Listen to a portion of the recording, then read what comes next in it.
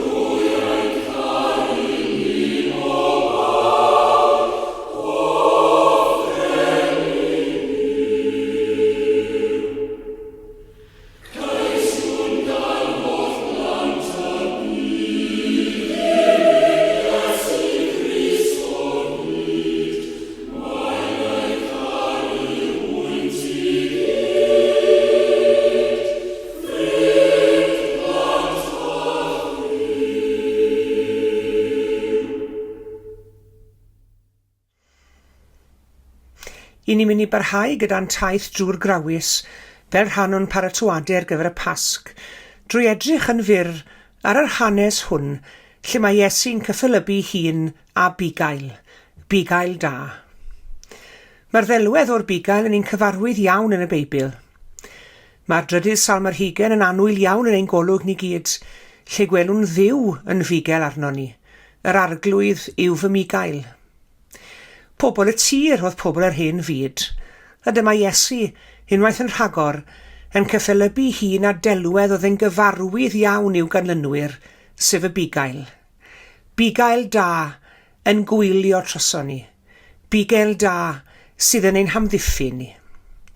Bugail da sydd â chanddo weision cyflog, ond bod y gweision yn gadael y defed pan fo perygl wrth law. Ond mae Iesu'n pwysleisio ei garia tuag at ei braidd drwy ddweud y byddai'n barod i aberthu i hunan er i mwyn nhw. Mae sawl delwedd yn dod i'r meddwl yn yr adnodau hyn, wrth i ni feddwl am Iesu, y Bugail da yn gwarchod i braidd. Gyntaf i gyd, y ddelwedd bod angen i ni wrando ar y Bugail. Nawr, mae'n ddigon hawdd credu mae Iesu yw'r Bugail da, ond y cwestiwn i ni yw, a'i praidd Iesu ydy ni? Odyn, i ni'n gwybod mae Iesu yw'r Bugail, ond sut i ni'n gwarantu mae ni yw ei ddefaid e? Yn yr hanes dan sylw gyda ni heddi, mae'r Iddewon yn y deml yn mynd yn rhwystredig iawn gyda Iesu. Mae ddysgeidiaeth ei wirthu yn arwyddion sy'n profi mae ef yw Meseia Duw. Ond oedden nhw ddim yn gallu deall, neu falle nhw ddim moyn deall. Maen nhw'n gofyn iddo fe, os ti yw'r Meseia, dywed hynny wrthi mor blaen. A mae Iesu'n ateb, dwi wedi dweud wrthoch chi, a dydych chi ddim yn credu oherwydd dydych chi ddim yn perthyn i'm rhaidd i.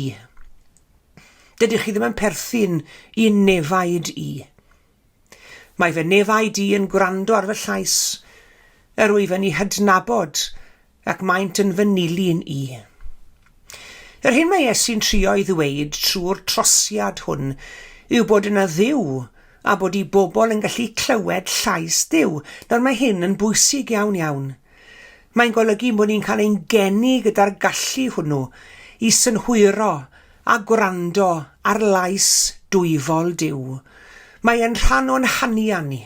Mae e'n rhan o'n gwneithuriad ni. I ni'n fodau sydd yn naturiol grefyddol. Mae llawer o leisiau eraill allan yna heddiw wrth gwrs sy'n swno'n dda ac yn swno'n addawol iawn, a falle bydden ni'n gwrando ar yr heini.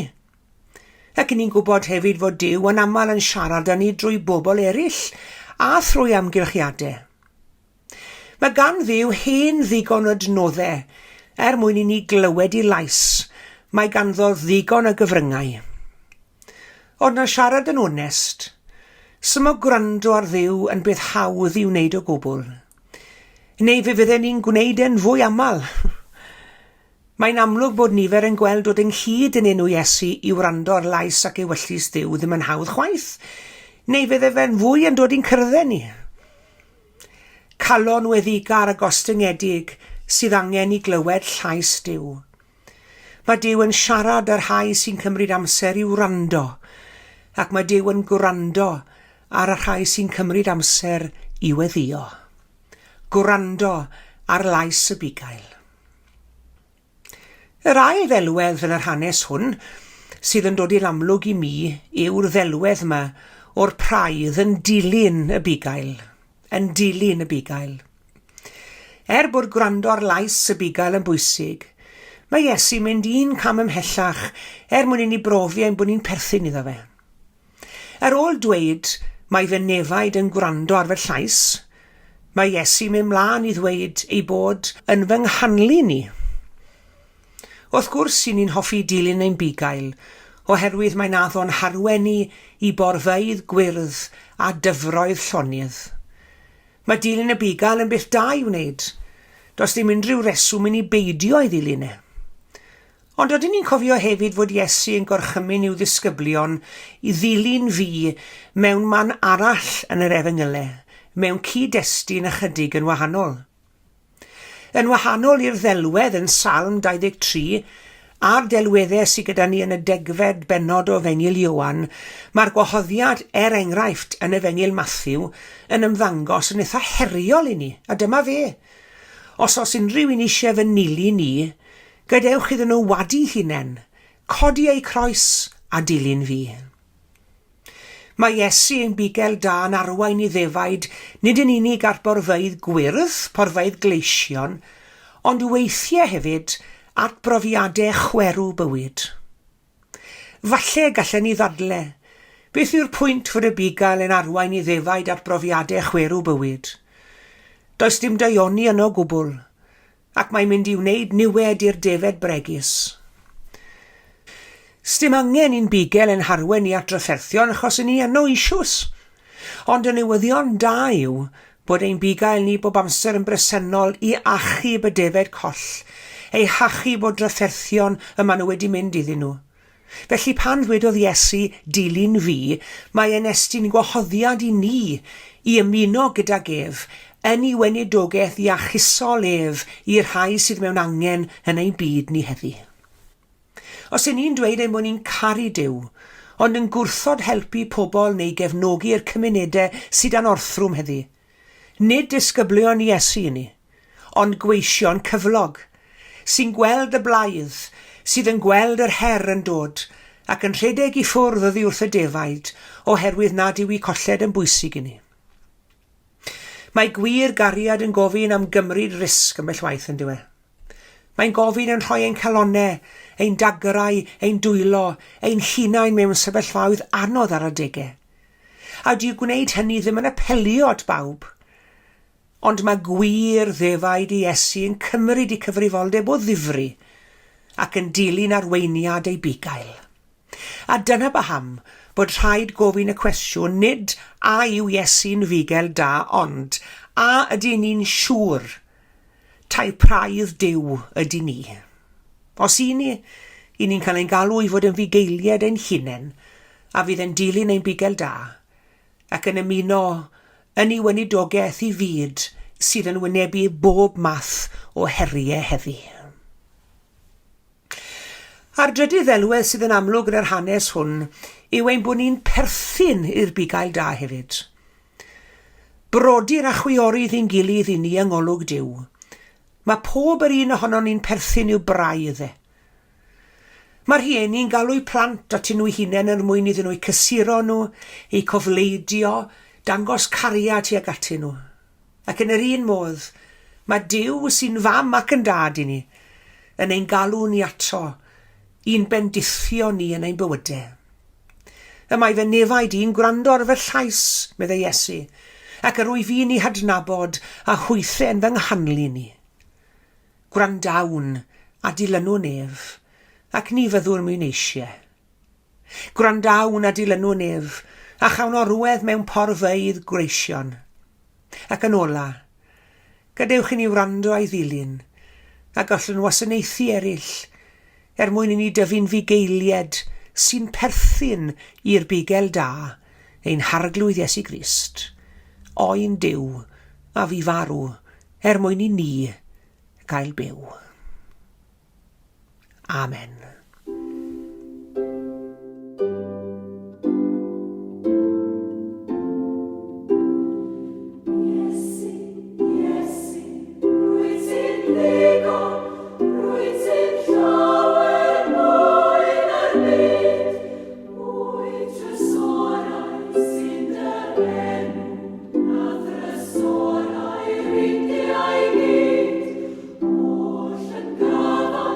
Oh,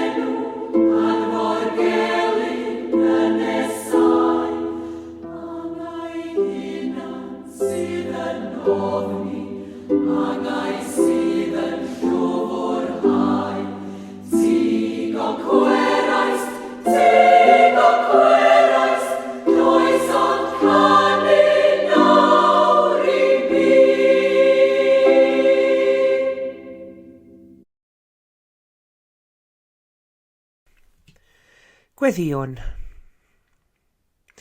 Ein tad yr hwnnwyd yn y nefoedd. Edrych arno ni nawr o ddiw, wrth i ni blygu gyda frond i mewn gweddi. Diolch i ti arglwydd am dofal di ohono ni yn ystod yr wythnos aeth heibio. Beth bynnag oedd yn hamgylchiadau ni, ble bynnag o'n ni, beth bynnag o'n i'n neud. Diolch arglwydd efo ti wrth ein hymyl ni, yn gwmni bob amser.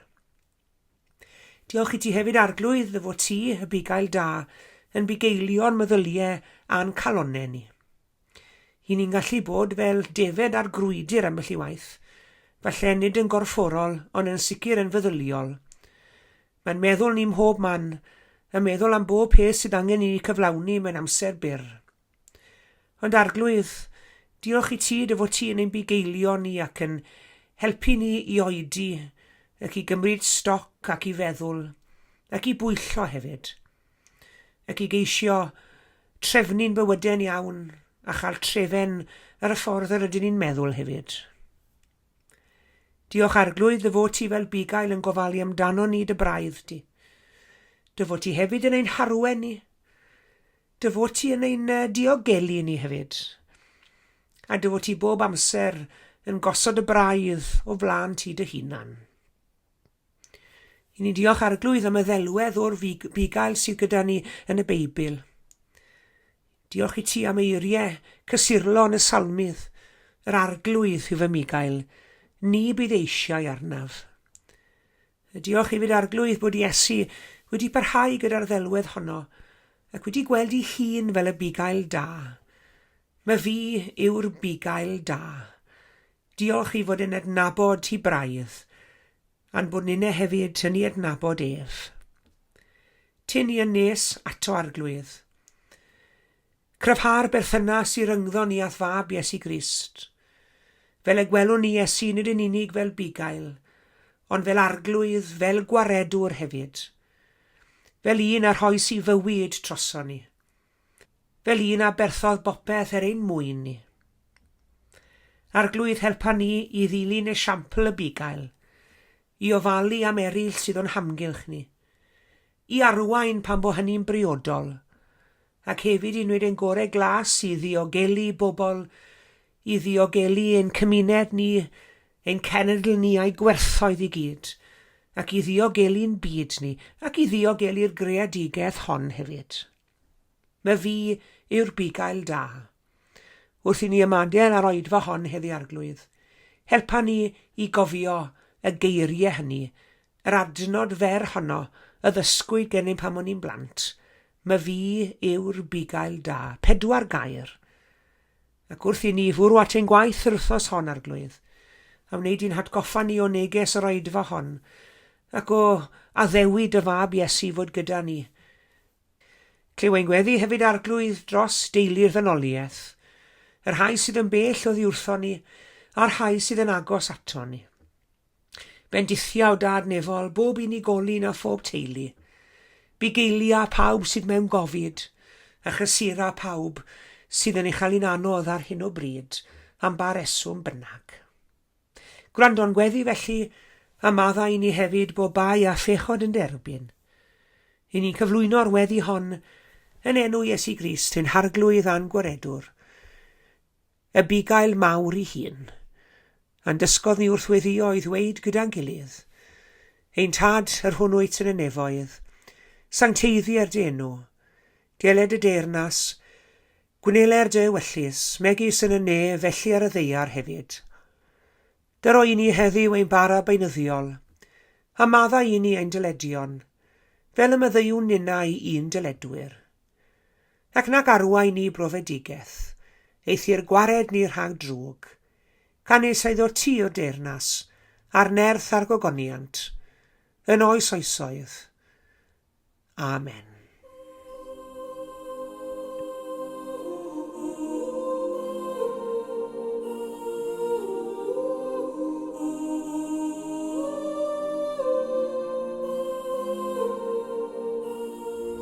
Diolch yn fawr iawn i chi gyd am eich cwmni yn yr oedfa heddi. Tan y Sul nesaf, cadwch yn ddiogel ac yn iach, a gras ein harglwydd Iesu Grist a chariad Duw, a chymdeithas yr ysbryd glân, a fyddo gyda ni oll.